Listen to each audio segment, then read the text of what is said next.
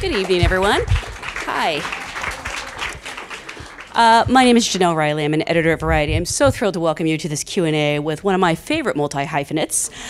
This is a filmmaker behind such movies as Cyrus, Jeff Who Lives at Home, shows like Room 104 and Togetherness. As an actor, it is almost unfair how talented he is. He has starred in Transparent, Paper Towns, Beatrice's Dinner. Still, I don't know that any of us were prepared for his astounding work in Outside In. Please welcome Jay Duplass.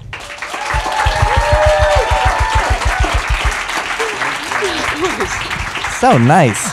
Well, I say it's unfair because, correct me if I'm wrong. My mom's crying real hard right now, you guys. Your mom is here. Oh. She's here. Oh. She started the first scene. Did you like stop. it? Oh, I'm sorry. I'm putting her on the spot and she's still emotional. I was in the other room being like, oh God, this is the scene where I get jerked off. Oh God, this is the scene where I make out with Edie. Oh no! I forgot to tell her. What did you tell her? What did you warn her about this movie at all? Oh man, she's so used to it now. She says she's seen a lot worse. Yeah, probably from your brother. Yeah, Mark paved the way on that one. Exactly. The reason I said it's sort of unfair how talented you are is because you never intended on being an actor, did you? Like 5 years ago, you weren't an actor. No, when I was in high school, I thought theater actors were annoying, and I was shy and quiet, and I just didn't think shy and quiet people would ever be actors. Well, first of all, we are annoying. I'll admit that. Yeah. I mean, now I work with theater people all the time, and I love them. But, like, the whole breaking out into song, I'm just like, I can't handle it. I don't know what it is. But, I think it early on and there's like this idea that actors are boisterous people or loud people or they're totally out there.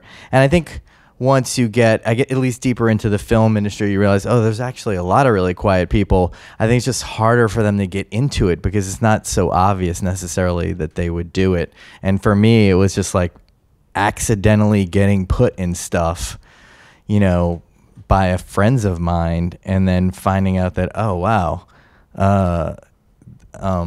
people like me doing this and I like doing this. Really? Because, you had, I don't know if I should say acted, you had appeared in some of your short films, correct? No, I had never. I had physically shot all of my films with the camera. So there was never any cognition on my brothers and my part as to, like, how could I get in front of the camera? It was just like, no, Jay shoots everything. And, at the time, the whole cast and crew were like 2 or 3 people, and Mark was one of them, and he was going to be in front. So that was never the first. I had been in like friends things in college, and then, I think there's a certain level of I'm around. I've been on sets a lot. I'm really comfortable on sets. Movie sets are like really traumatic places to be, as you guys always know, and it started, I guess, with Mindy Kaling when she wanted to cast my brother and me as these, like, midwives who were poaching her OBGYN clients. And I was just, I even told her, I was just like, I have a lot of friends who kind of deserve this more than me, and I don't really know. And part of what she said was, she's like, you're super comfortable and you're not going to try to make your part bigger than it is. I know what the thing is. Just come in and do it and have fun with the friends. And so I did that. And then with Jill Soloway and Transparent, that was a whole different, like, cosmic event where she was like, you have to be in this. And I was like, no, I don't do that. I'm making my own show. I'm, barely, I'm not Jewish. I'm some mysterious amount Jewish. I don't know. This is not for me. And then it happened, Well, how did she finally convince you? Well, she basically said, hey, why don't you come to this, we're going to have a table, not a table read, we're going to have like a scene reading. And I'd like you to come and read with your sisters. And I was just like, who are my sisters? What are you talking about? Because she was saying, I have the whole Pfefferman family for Transparent. I don't have the son. I don't know, but it's you. I know it's you. And so I just I was like, okay, well, as a director, it'd be a good experience for me to go in and do this, just see what it's like. I'm a big fan of all these people already. And I went in and we read this barbecue scene that ended up in the pilot, and it was like lightning struck in the room. It was one of those moments that we've all had where it's just like, this is bigger than all of us. And I was good in the scene, and it felt natural. And I don't know, I have a close sibling and we have a tight family and we're messed up, and I was just doing what we do. And when the scene ended, I looked over at Jill, and Jill was just like, like, who are you to deny what is happening here? But even still then, I was just like, well, this will be cool. I'll do a pilot. No pilots actually go. This isn't real. It's on a network called Amazon, which is currently the place I buy my toilet paper. It was not real. Yeah. I mean, there wasn't any shows. There was like one show on Amazon at the time. So it was like felt fake, and I was just kind of like toeing into it. And then we shot this pilot, and then we got greenlit, and we shot a whole season, and then like 6 months later we won a Golden Globe, and I was like, what is happening? And I was not a private person anymore, which was so weird. I mean, the reason I say, like, you are lucky that you're so good, because I would think that a lot of your actor friends would really resent. They hate my guts. They hate me, and they should. I mean, the only thing that I can say is that I think these two people can confirm that I am the person in my family where everybody's like, can you stop having all the feelings, because you're upsetting us, and it's a little much. Yeah. And now I get paid for that shit. Nice. How did Mark feel? Because he was sort of the actor of the family, and now you're right there alongside him. I mean, he was the one who encouraged me the most to do it, because we were getting ready to make Togetherness at the time, and I was like, I don't think I should do this. And he's like, you have to do this. He's like, this is going to be so cool for you no matter what happens. I don't think he thought it was going to be what it became. And we've since been talking. We've written a book, and we've been talking about what that collaboration is like. And you know, he's definitely mentioned that he did not realize that when we walked into a room before, like, everyone was like going up to him. Yeah. And then it kind of switched, and it was very new for him. And I'm speaking very carefully here, you guys. Something I think we share in common, I read an interview with you where you said you and Mark were hugely inspired by Raising Arizona. Yes. And that's one of the reasons you became a filmmaker? Yes, that was the first time that I realized that a human being made a film. It was, you know, because when you're young, media comes in, movies come, they come across cable that's on your lawn or something, you know, and you just watch uncurated HBO. It's just continuously coming in, and it just feels very remote. I had no connection to Los Angeles or that people made movies, but when we went on vacation and we saw Raising Arizona in 1987 in a movie theater, it occurred to me, I guess I was 14 at the time, it occurred to me that a person had made this movie, and although I cannot see them, I can feel what their personality is like and what they are like. And it turned out they were two brothers, and then it turned out they were kind of two brothers that kind of looked like me and Mark. There was like a curly-haired, darker one. Yeah. Yes, and then there was like a blonde one. He's Ethan, you're right. Yeah, you're right. And we were just like, what is this? I thought there was just a machine that was movies, and it just went poof, and then a movie came out. But no, these two guys, and then we started following them, and then it was just like, oh, I get it. People author films. But we never dreamed that we could actually do it and get paid, or, you know, we were two kids growing up in the suburbs of New Orleans, and our only model of a successful artist was a 55-year-old black rhythm and blues musician, and we tried to be that. Who is that? You know, Walter Wolfman Washington. These guys who like are huge in Europe, and they just play in New Orleans, and we worship these guys, and they were our models because we went to like a very like highfalutin Catholic prep school where like the only options outside of like hardcore math, like your electives were like Greek or Latin or both. Those were your electives, you know. So we were just kind of like very outside of the art world. Did you say hardcore math? Yeah. I thought you said meth. I was like, math. those were your only options? Math. Okay, that makes a lot more sense. Hardcore alcohol.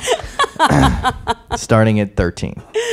And what do you sort of think, I know the term big break is a misnomer, but I remember in the early aughts, I guess it would be, you guys were making short films. I know because I frequently lost you at festivals. The telephone one. Yeah, that one. Yeah, our biggest breakthrough was, it came at a time when I was living in Austin, Texas, and I was trying to make movies and failing to do it well, and I was approaching 30, and I was actually almost 30. I was like late 29, and I was getting to that point where everyone I knew was moving on and had jobs and careers and getting married, and some of them having kids, and I was really getting left in the dust. It was a really tough time, and we were trying to be the Coen brothers and failing at that just as bad as we were failing to be 55-year-old cool black musicians.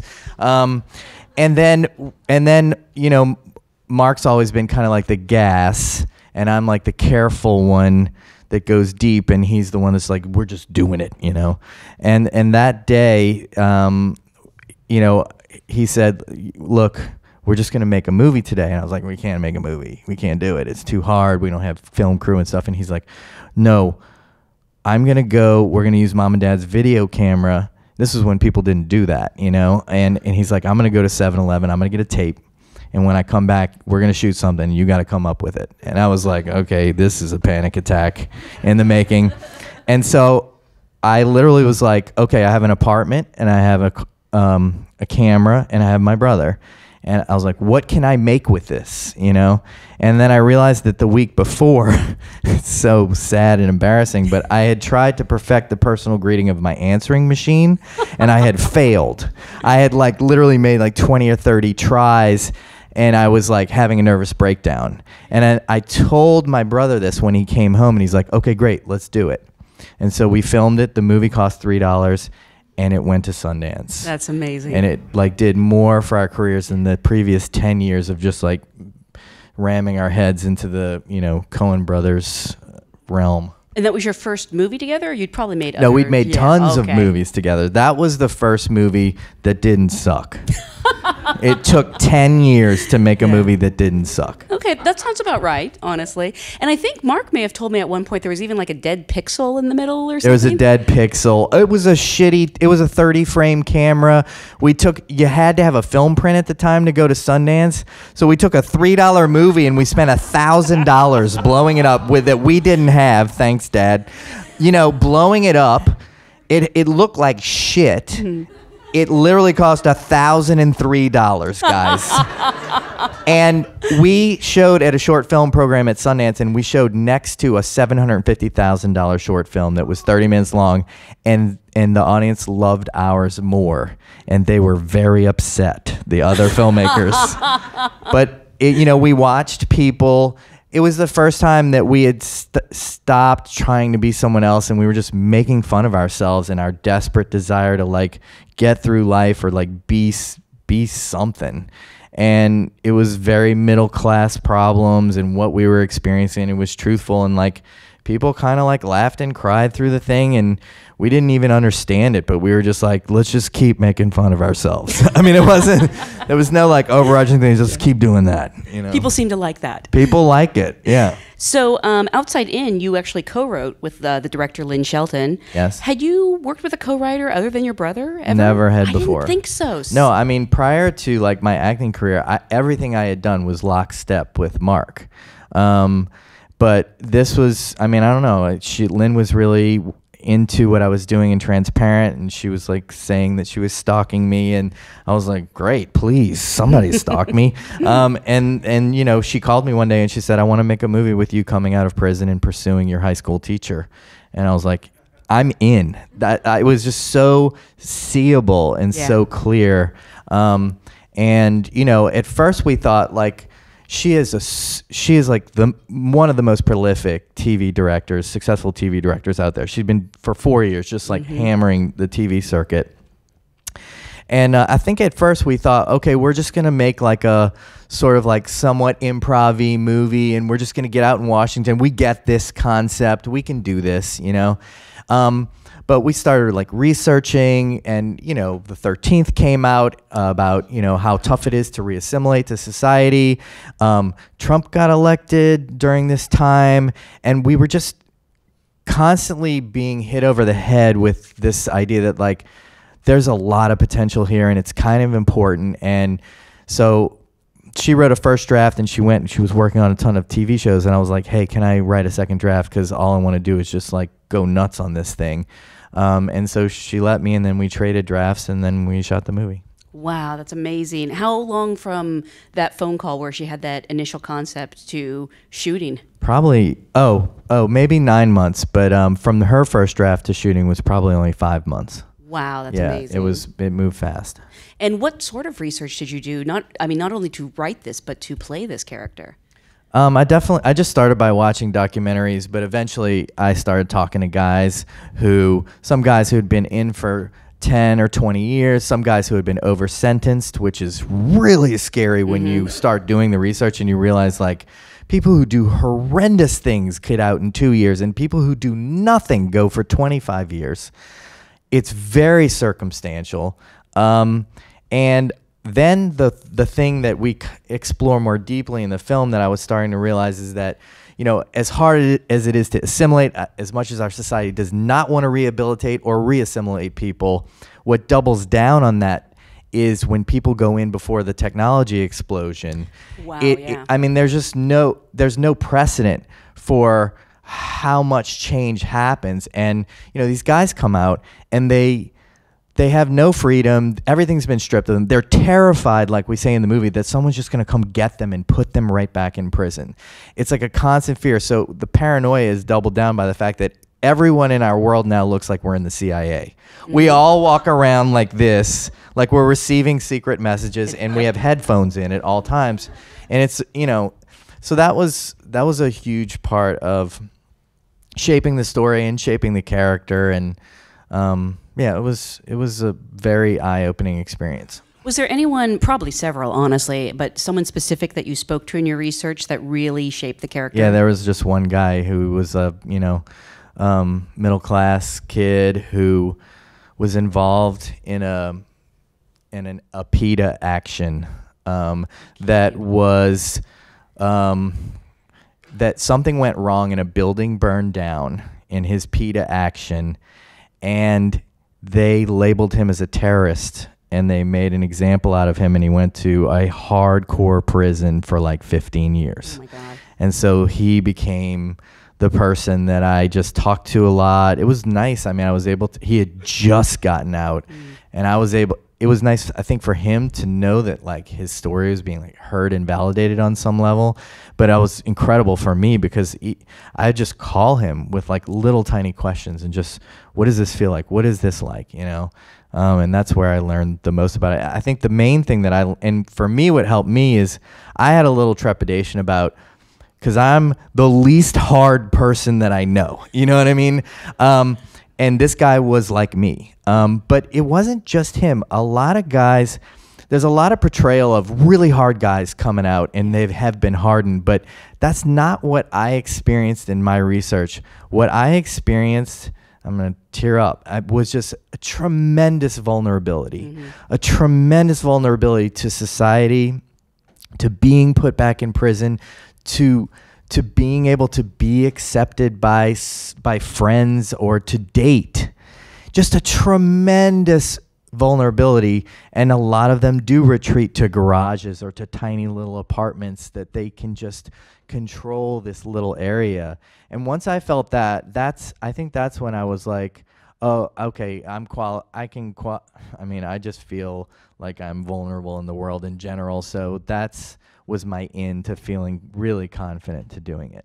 I mean, that's actually something I really love about the movie is I thought it was going to be this really hardened person coming out of prison, and it is a person who, I don't know if I want to say, no, I think he's optimistic. Like, yeah. He's just needy as fuck. Yes.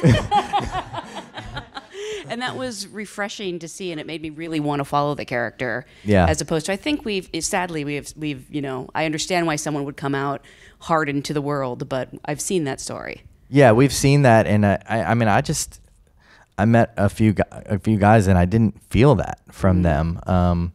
Yeah, and I think what I felt more of is what Chris is doing with Carol is just like so starved for a genuine human connection, for some sort of intimacy.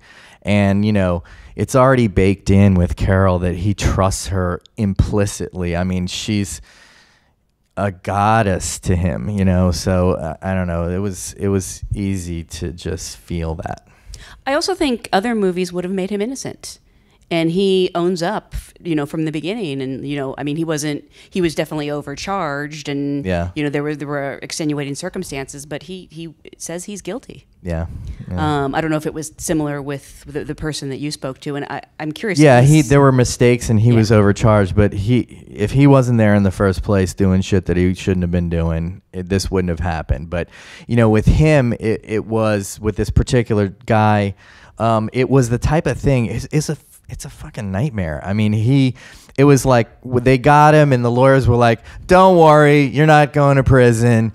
There's just no way. And then they would take him deeper and they would say, don't worry, you're probably going to get 5 years and you'll be out in 6 months, but they're not going to send you to that place. And then it just kept going and going. And he went to that place for 15 years. And, the guy, I mean, it's just, no one could believe it. No one could believe it. Has he seen the movie?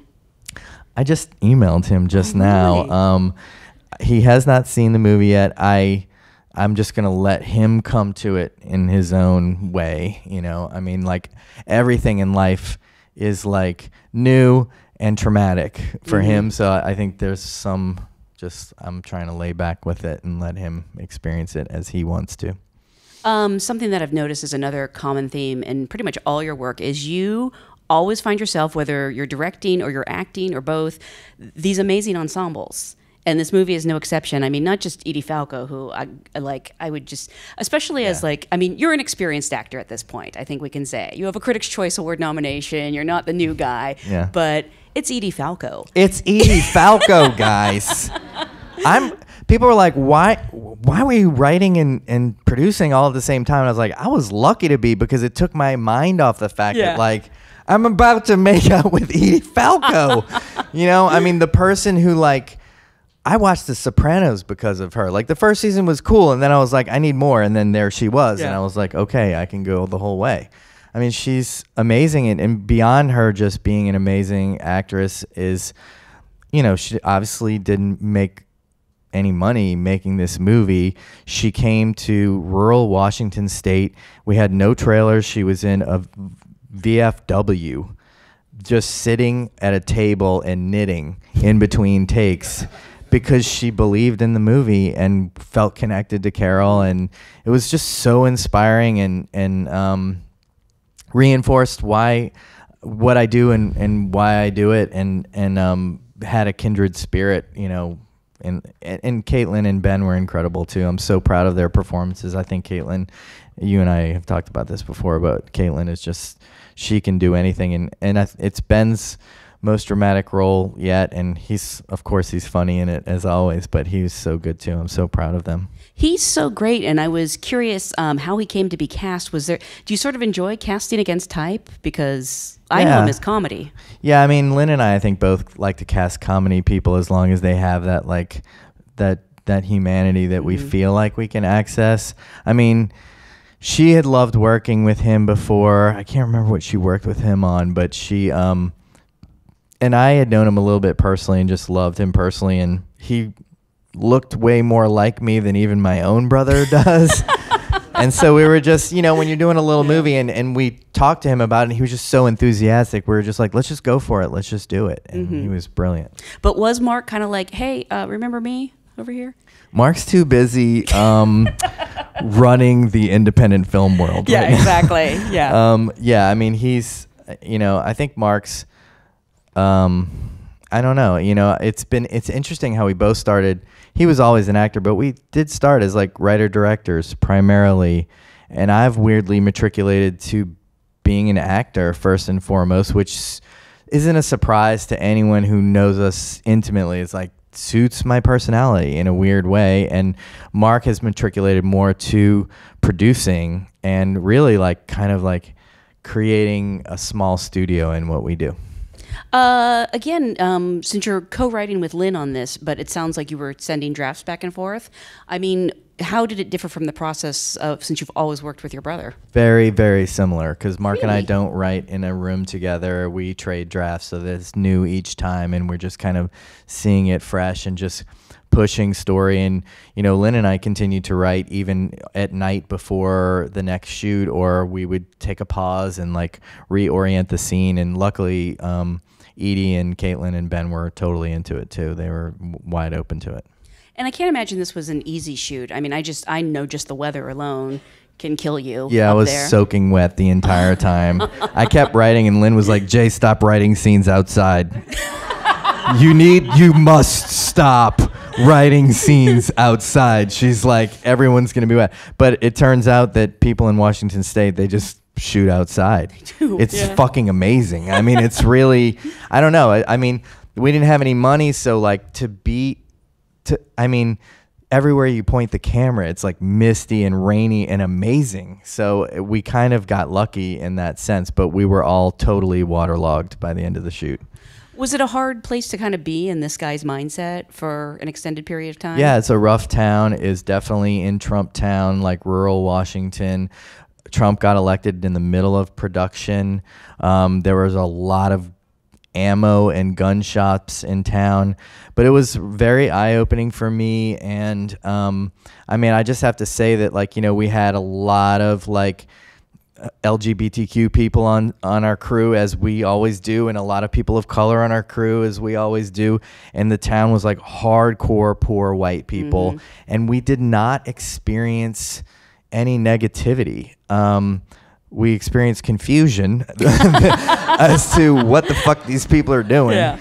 But what I experienced, and was just really interesting to connect to, is a town where people are working harder and harder every year and getting less and less every year. And, you know, it was eye-opening to see that, and I could understand why they were voting for a wild card, you know. But it was also totally heartbreaking that they have not gotten anything that they have been promised. And the last week, the week we were wrapping, the food bank across from the VFW completely ran out of money. And so we took the extra money that we had from our production and like gave the money to them. I wanted to put a little note and say, "Hey, we're Democrats. We're giving you the extra money." But you know, I mean, it was like, it was brutal. I mean, it was. I mean, you could just, the town was just. I mean, you can just see it on film. It's just like, we didn't have to dress it down. I mean, we just rolled, you know? I mean, people in the background are just people in the background wandering around looking for something to do. And for you personally, like, what ended up being the most difficult scene or moment, or maybe it didn't even make the final cut, but something that you struggled with? I don't know. I felt really at home with all these people, and Lynne is an amazing director of actors. I put a lot of pressure on myself in general that I'm dealing with my therapist right now. The other week she was like, "I think you might need to think about when's it going to be enough." And I was like, "Huh? What?" I think I struggle with everything, because I am... especially when I'm like, I mean, what's beautiful and nice about this is I felt like I was doing, Lynne and I both felt like we were doing this in service of something that we couldn't quite identify, but I would say in a larger scale is just like trying to create an engine for empathy, and feeling like the stakes were high at that time, and feeling gutted by that election, and just wanting to do it right, and to represent I mean, this is the first time, I would just say on the whole scale, this is the first time I'm playing a character who's just so different from who I am. And I mean, honestly, just trying to like make this guy proud who just got out of prison, you know? So I'll let you know how that goes. Please when do. He sees No, I'm it. dying to know. Yeah. And correct me if I'm wrong, but I believe this is your first lead. Yeah. So, I mean, well, I did make one other movie with my friend Lynne Phillips right here, but this is the first movie that anyone will see that I'm the lead in. I mean, what's it like to be number one on the call sheet every day? And you know, you're probably pretty good about turning off the director in you when you're there to act. Yeah, I would think, or else you wouldn't keep doing it. Yeah. It was the first time that acting was hard. Really? I mean, it was really like exhausting and demanding. Probably also because I was like writing concurrently as we were doing it. But it was.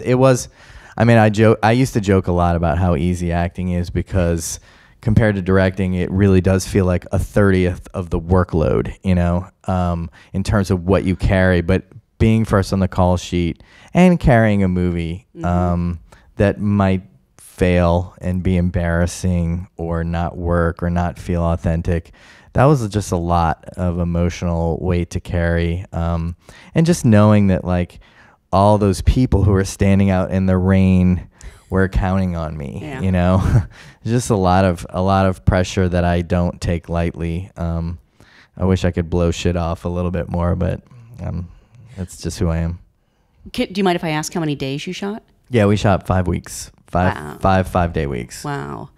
I mean, that's actually a little luxurious for It's very independent films. luxurious, but it is also the longest film Lynne and I have ever made. Either has ever made. No, yeah, I mean it's 150, and usually our movies are like barely cracking 90 minutes, you know, and that is budgetarily related. I mean, so yeah, it was an extra week and a half than we normally have. I had an audience question I wanted to ask. Is your name really AJ Billions? AJ Billions? Okay. He wants to know what's the best advice you've ever received.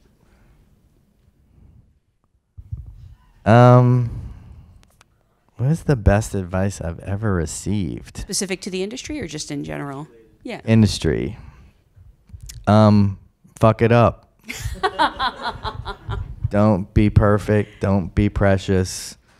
And whenever I feel that on set, I mean, I don't direct, but like if people are tight on set and it's just, I mean, I'm generally the person with the most experience on set whenever I'm around. And there will be a time sometimes where I'll say, hey guys, can we just fuck one up? Like, can we just get it wrong and mess this up? And I think that's super important because I mean, I always feel like you can only like how high you can go is, you know, indirectly related exactly to how far you're willing to fall and fail. So I think it's important to just mess up. Can I ask a question for me? Have Please. You guys ever met the Coen brothers? We have never met the Coen brothers. I don't think I can handle it. One time we were asked by a film festival in Europe. They were honoring the Coen brothers and they asked us to make a short film to honor the Coen brothers and go and present it to the Coen brothers. And at first we were like, yes, we're gonna do it. Oh God, there's no way we can win.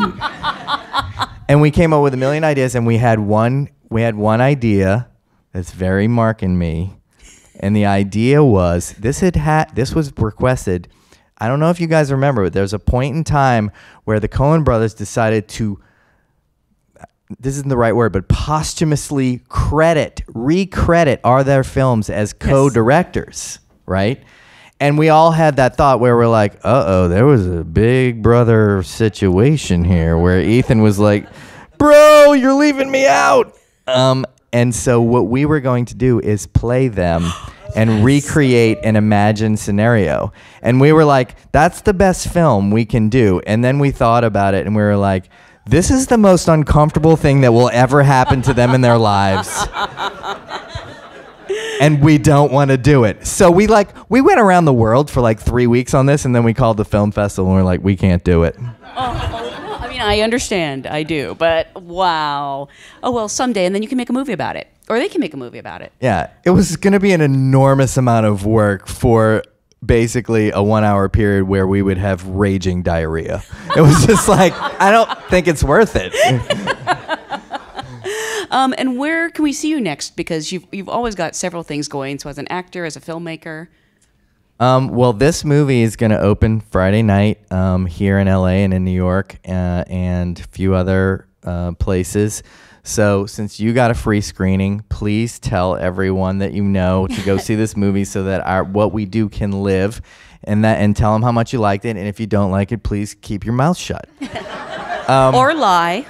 So that's the main thing that's coming up. And then the next thing that we have happening is we produced a movie for Miguel Arteta and Alia Shawkat called Duck Butter that's premiering at Tribeca Film Festival. Oh, wow. Mark and I have a little cameo in that, and that's a special little movie. That's fantastic. Well, I want to congratulate you on really a stunning performance. Great movie. Thanks guys for listening guys for to being me. Here. Yeah. I'm going to be super self-conscious now that I just talked about myself. Thank you so much for being here. Thank you so much.